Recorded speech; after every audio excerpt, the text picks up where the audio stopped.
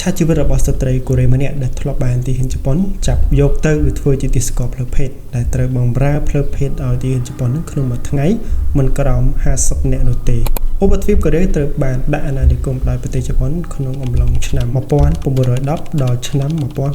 1945គួររំលឹកដែរថាកាលពីសង្គ្រាមលោកលើកទី2ទីហ៊ានជប៉ុនបានចាប់បង្ខំស្ត្រីប្រមាណជា40,000នាក់ឲ្យទៅធ្វើការក្នុងផ្ទះបនយោធារបស់ពួកគេហើយក្នុងចំណោម40,000នាក់ហ្នឹងប្រហែលជា20,000នាក់ដែលសុទ្ធសឹងតែជាស្ត្រីជនជាតិកូរ៉េខាងត្បូងតែម្ដងស្ត្រីទាំងនោះគឺសុទ្ធតែត្រូវគេបង្ខំ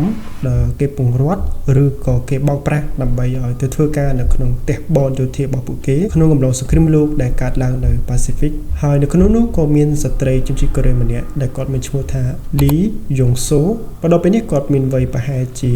95ឆ្នាំហើយអញ្ចឹងបើថាគាត់គឺជាលោកយាយបច្ចុប្បន្នលោកយាយលីគាត់បានរៀបរាប់ពីជីវិតដែលគាត់មិនអាចបំភ្លេចបាននៅពេលដែលគេចាប់ពង្រត់គាត់នៅក្នុងពេលនោះគឺគាត់មានវ័យប្រហែលជាត្រឹមតែ15ឆ្នាំប៉ុណ្ណោះគាត់កំពុងតែដើរតាមផ្លូវទៅផ្ទះរបស់គាត់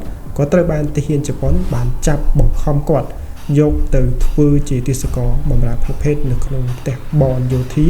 ដែលអំឡុងពេលហ្នឹងគឺគាត់មានការផិតភ័យជាខ្លាំងបងប្អូនគាត់មើលគឺវ័យត្រឹមតែ15ឆ្នាំទេជាស្ត្រីវាជារឿងដែលភ័យខ្លាចហើយវាក៏ជារឿងដែលគាត់មិនអាចបំភ្លេចបានក្នុងឆាកជីវិតរបស់គាត់ផងដែរលោកយីលីបានរៀបរាប់ថាក្នុងអំឡុងរយៈពេលប្រហែលជាង3ឆ្នាំ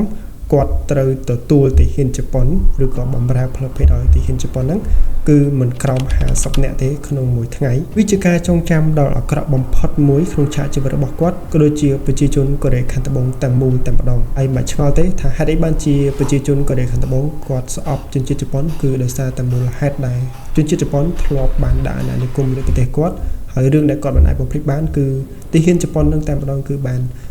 ចាប់បង្ខំស្ត្រីជនជាតិកូរ៉េរបស់ពួកគាត់យកទៅបម្រើផ្លូវភេទនេះគឺជាមូលហេតុដែលជនជាតិកូរ៉េខាងត្បូងស្អប់ប្រជាជនជប៉ុនខ្លាំងមែនទែនហើយលោកយាយលីក៏ធ្លាប់បានតស៊ូក្នុងការប្តឹងផ្តល់តាមរយៈផ្លូវច្បាប់ជាមួយរដ្ឋាភិបាលជប៉ុនចំពោះសំណងជំងឺចិត្តចំនួនប្រហែលជា$25 លានអាមេរិកលើការរំលោភបំពានផ្លូវភេទពីសំណាក់ទាហានជប៉ុនទាំងអស់នោះមកលើរូបគាត់កាលកំឡុងសង្គ្រាមលោកលើកទី2នឹងឯងហើយនៅថ្ងៃទី28ធ្នូឆ្នាំ2015ប្រទេសកូរ៉េត្បូងនិងប្រទេសជប៉ុនក៏បានឈានដល់កិច្ចព្រមព្រៀងប្រវត្តិសាស្ត្រមួយផងដែរដោយទីក្រុងតូក្យូបានសារភាពកំហុសហើយក៏បានសុំទោសដល់អក្រិតកម្មមួយនេះទៅដល់ប្រជាជនកូរ៉េខាងត្បូងហើយក៏បានផ្ដល់សំណងប្រហែលចំនួន$1000 លានយេនឬប្រមាណ$9.6 លានអាមេរិកនឹងឯងសម្រាប់មូលនិធិជួយទ្រទ្រង់ផ្ដល់ជាសំណងដល់ជនរងគ្រោះដែលនៅរស់រានមានជីវិតហើយបញ្ជាក់ផងដែរសម្រាប់ជនរងគ្រោះដែលគាត់នៅរស់រានមានជីវិតជាង20,000នាក់ហ្នឹងគឺនៅសល់តិចតួចបំផុតដល់គ្នាដោយសារអីសង្គ្រាមលោកលើកទី2វាយូរមកហើយអ្នកខ្លះក៏បាត់បង់ជីវិតក្នុងឡុងពេលនោះប៉ុន្តែភាគច្រើនគឺគាត់បាត់បង់ជីវិតដោយសារតែចាស់ជរាឬក៏ជរាពាធទាំងឯងពួកឯងមកដល់ពេលនេះគឺគាត់មានអាយុច្រើនហើយសម្បីតែលោកយាយលីដែលអំឡុងពេលនោះគឺគាត់អាយុប្រហែលជា15ឆ្នាំប៉ុន្តែមកដល់ពេលនេះគាត់អាយុ90ឆ្នាំជាងមកហើយប៉ុន្តែគាត់នៅតែតស៊ូរកភាពត្រឹមត្រូវរកយុទ្ធធម៌សម្រាប់ខ្លួនគាត់មកវិញចឹងឯងហើយលោកយាយលីក៏គាត់បានបួងសួងក៏ដូចជាអធិដ្ឋានជាមួយនឹងភាពជោគជ័យដែលគាត់បានប្តឹងផ្ដល់ជាមួយនឹងជនជាតិជប៉ុនហើយលោកយាយលីក៏គាត់បានបួងសួងហើយប្រាថ្នា